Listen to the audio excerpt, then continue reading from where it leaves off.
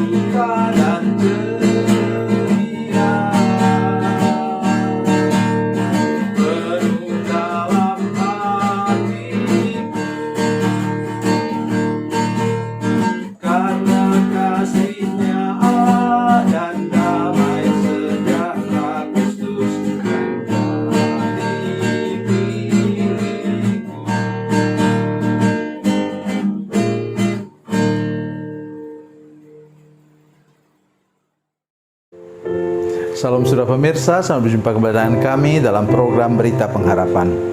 Hari ini saya ingin menyampaikan kepada saudara-saudara sekalian sebuah kebenaran. Apa itu? Roh Kudus dicurahkan ke atas umat manusia dan kemudian gereja berdiri. Saudara pikir itu otomatis? Tidak demikian, karena harus ada wadahnya. Inilah yang akan saya sampaikan kepada saudara sekarang. Mari kita berdoa sebelum kita lebih jauh mendengarkan firman Tuhan hari ini. Bapa, dalam nama Yesus, terima kasih Tuhan untuk kebenaran firman Tuhan yang sebentar akan kami dengarkan. Kami berdoa supaya oleh anugerah Tuhan kami mengalami lagi lawatan Tuhan seluar biasa. Tolong kami untuk mempersiapkan diri dan tolong kami untuk selalu menjadi wadah yang bersih dan Tuhan dapat mengisinya penuh dengan karunia-karunia Roh Kudus. Terima kasih Tuhan, dalam nama Yesus kami berdoa. Haleluya, amin. Saudara pemirsa, mari kita membaca firman Tuhan hari ini dari Perjanjian Baru, Kisah Para Rasul 1 ayat yang ke-14. Kisah Rasul 1 ayat 14. Demikian bunyi firman Tuhan. Mereka semua bertekun dengan sehati dalam doa bersama-sama dengan beberapa perempuan serta Maria ibu Yesus dan dengan saudara-saudara Yesus. Saudara pemirsa, inilah 120 orang, kalau saudara teruskan baca dengan ayat 15, 120 orang yang menantikan pencurahan Roh Kudus. Nomor 1, mereka taat akan firman Tuhan. Tuhan Yesus sebelum dia naik ke surga, dia katakan, tolong jangan tinggalkan Yerusalem sampai janji Bapa diberikan kepadamu. Janji apa? Janji pencurahan Roh Kudus. Dan kemudian 120 orang itu dalam persekutuan mereka bersama, mereka mengganti Yudas. Ya, dari kelompok orang yang selalu bersama dengan Yesus sejak semula, maka terpilihlah Matias. Saudara pikir itu mudah pilih orang, dan biasanya ada orang yang kecewa yang karena 2 orang yang dipilih, dan satu terpilih satu tidak. Tapi luar biasa sekalian.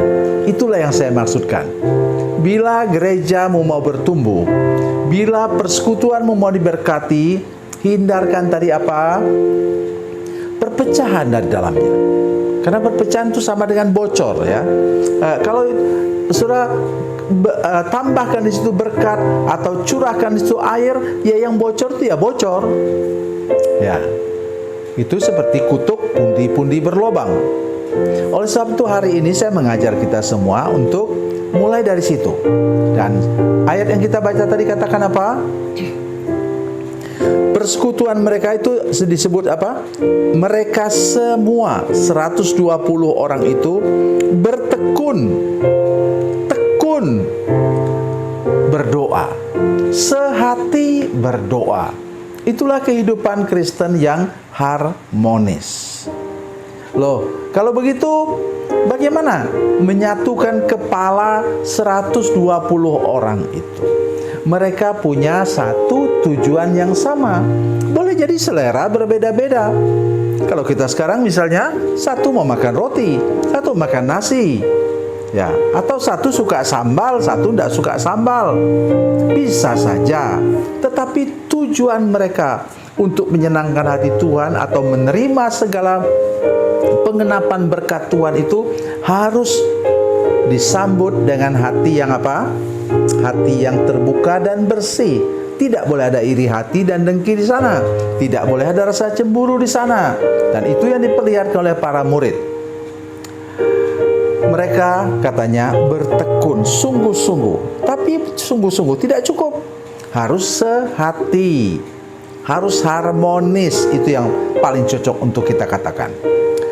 Oke. Mari kita teruskan lagi. Apa kata firman Tuhan? Dalam doa bersama-sama.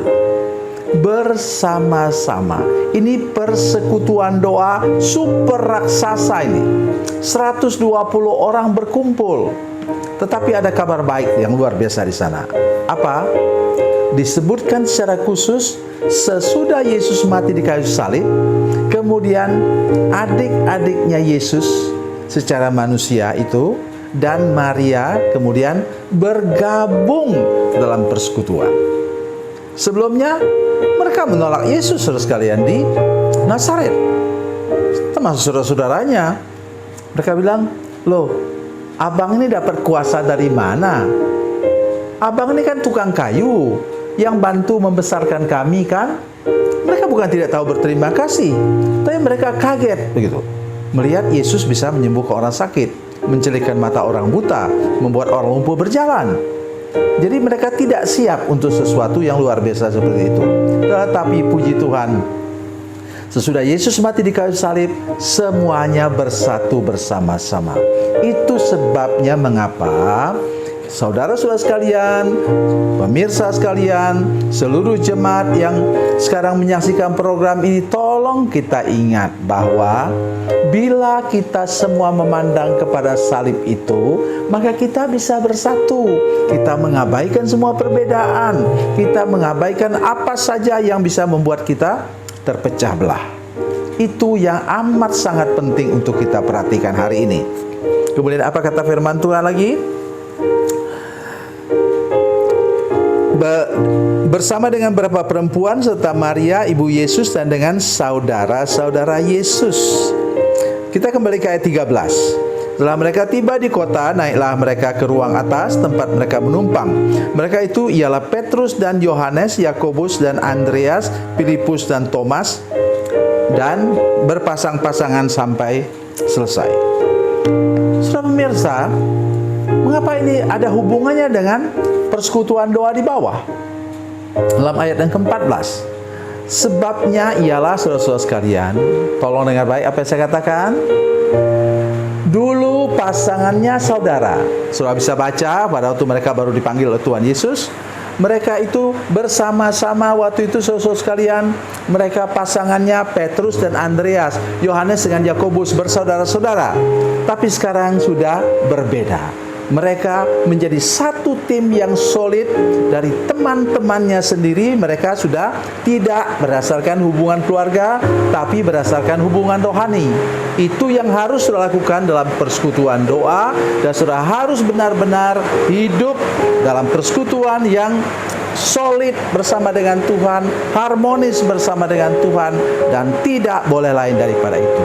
Di sana nanti Roh Kudus, mujizat dan berkat Tuhan akan dicurahkan melimpah dalam kehidupan persekutuan saudara. Dalam nama Yesus, Tuhan memberkati. Tuhan Yesus baik. Mari kita berdoa. Bapa, dalam nama Yesus, Tuhan memberkati kami semua melalui firman Tuhan ini, dan beri kami anugerah dan kekuatan supaya kami benar-benar bisa mengalami kemuliaan Tuhan dalam persekutuan doa kami dalam gereja kami. Dalam nama Yesus, haleluya, amin.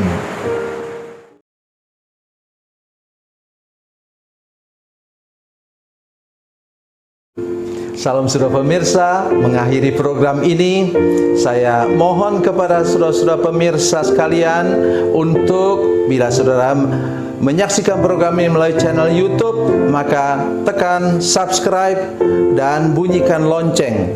Dan bila saudara menyaksikan program ini melalui channel Facebook, tolong saudara-saudara sekalian tekan like dan juga komen. Dan demikian pula bila sudah menyaksikan program Makanan Bergizi hari ini yang tertulis, maka tekan yang sama juga, tekan like dan tekan komen. Dan tolong saudara-saudara sekalian untuk membagikan program ini, share program ini di channel saudara-saudara sekalian, supaya lebih banyak lagi orang diberkati melalui program ini. Tuhan Yesus memberkati. Tuhan Yesus baik.